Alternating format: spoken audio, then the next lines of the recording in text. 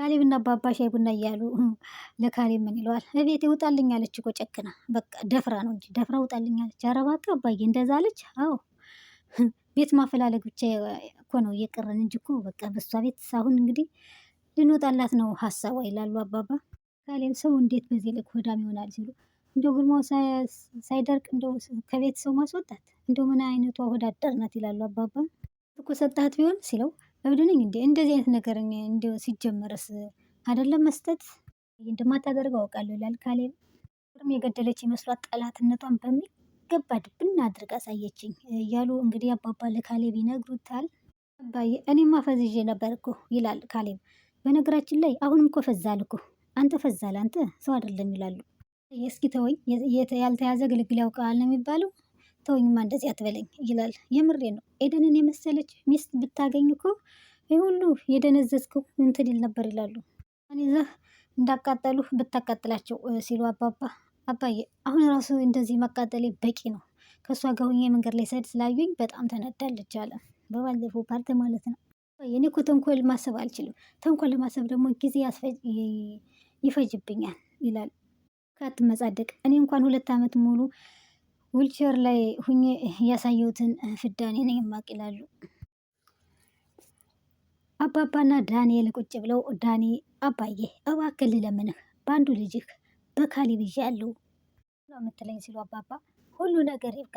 እሷንም እንደዚህ ማናገር ማመናጫጨቁ ማስከፋቱ ጥሩ አይመጣም። እኔም እኮ ያሳስበኛል የእህቴ ነገር ይላል ዳኒ።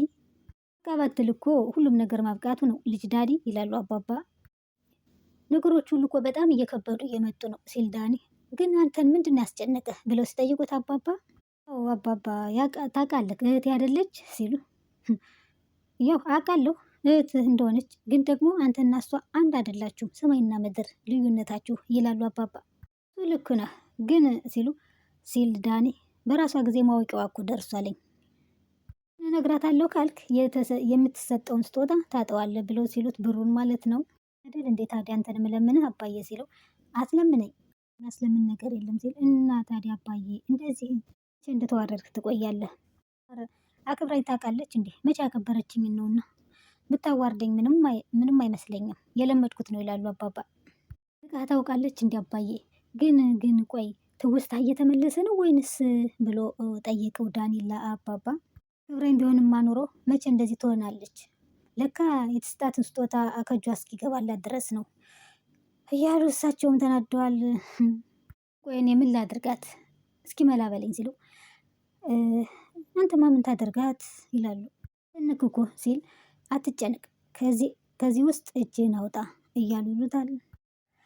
አባባና ዳንኤል ቁጭ ብለው ለአባባ ቁጭ ብሎ እያለ ዳንኤል መጣ ሸሚዙን እየቆለፈ። አባባ እንዴት አባዬ እንዴት አደርክ ይለዋል። እንደምን አደርክ አላሉም። እሳቸው ግን ካሌብ ወዴት ነው አሉ። አባዬ እስኪ ትንሽ ዞር ዞር ልበል ይላል።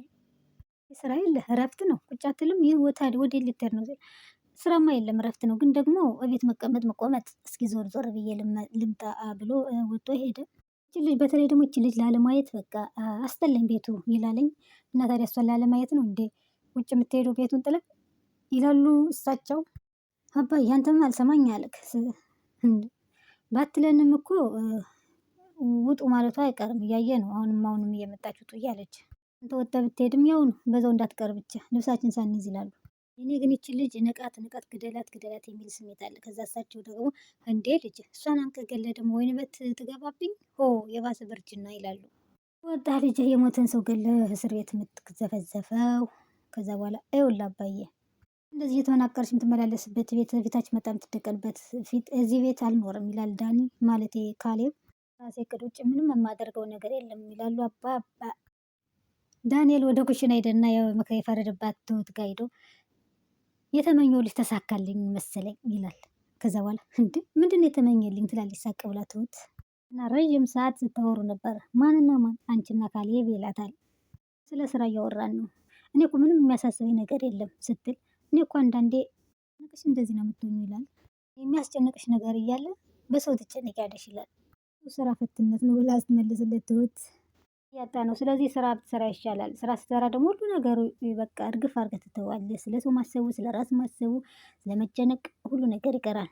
ስራን የመሰለ ነገር የለም። ስራ ክብር ነው። ስራን አክብረህ ስራ ስራ ተፍ ብለህ መስራት ግድ ይላል። ልጅ ነህ ገና ወጣት ነው ብላ ትለዋለች። ኧረ እሱ ግን ሌባ አሁን ስራው ስለ ስራው አይደለም የሚያሳስበኝ። በነጋ ቁጥር እዚህ ቤት ምን ይፈጠራል እያልኩኝ የማስበው ነገር ምንም ከጭንቅላቴ ሊወጣልኝ አልቻልም እያለ ይብሰለሰላል። ዳኒሻ የሁለት ኮርማ ጀሌ ማለት ነው፣ የሁለት ሴቶች ባል። ስለዚህ አትቀባጥራ፣ እሱን ብቻ አስብ እንጂ አንቺና ካሌብ ረዥም ሰዓት፣ ረዥም ቀን፣ ረዥም ታይም ምናምን እያወራችሁ እያልክ አትቀባጥራለችሁ። ትሁት ይሄ ግን ለአንቺ ትልቅ እድል አይመስልሽም ሲላተኝ፣ አንተ እኮ ነው ትልቅ እድል ሰለ ከቲና ጋር እንደመጣው ማለት ነው ብላ ነገረችው። መዋጋት ጀመርሽ ደሞ አሽሙር አላተኝ። እንዴ እንደዛ እያልክ ያለው እኮ እንደዛ ነው አደል እንዴ ስትለው፣ ከሰራተኝነት ወደ ቤት እመቤትነት ተሸጋገርሽ እኮ ብሎ ሲላተኝ፣ ዳኒ አሁን ልንጣላ ነው፣ በስርዓት ወጥተህ ብትሄድ ይሻላል አለችው።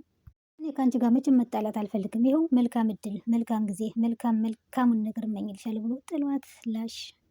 ምኞቴን ሁሉ እመኝልሻለሁ፣ ደግሞ እኮ ከዛ ሁሉ ጉድ ስላወጣሽው ጥሩ ነገር ያደርግልሻል ብዬ አምናለሁ ይላል። ወይ ቅናት! ግን አስቢበት ብሏት ሄደ። እኔ ግን የሚመስለኝ ዳኒ ትሁትን ሳያፈቅራት አይቀርም። ደግሞ ሶስተኛ ሴት ማለት ነው፣ ሶስተኛ ኮርማ።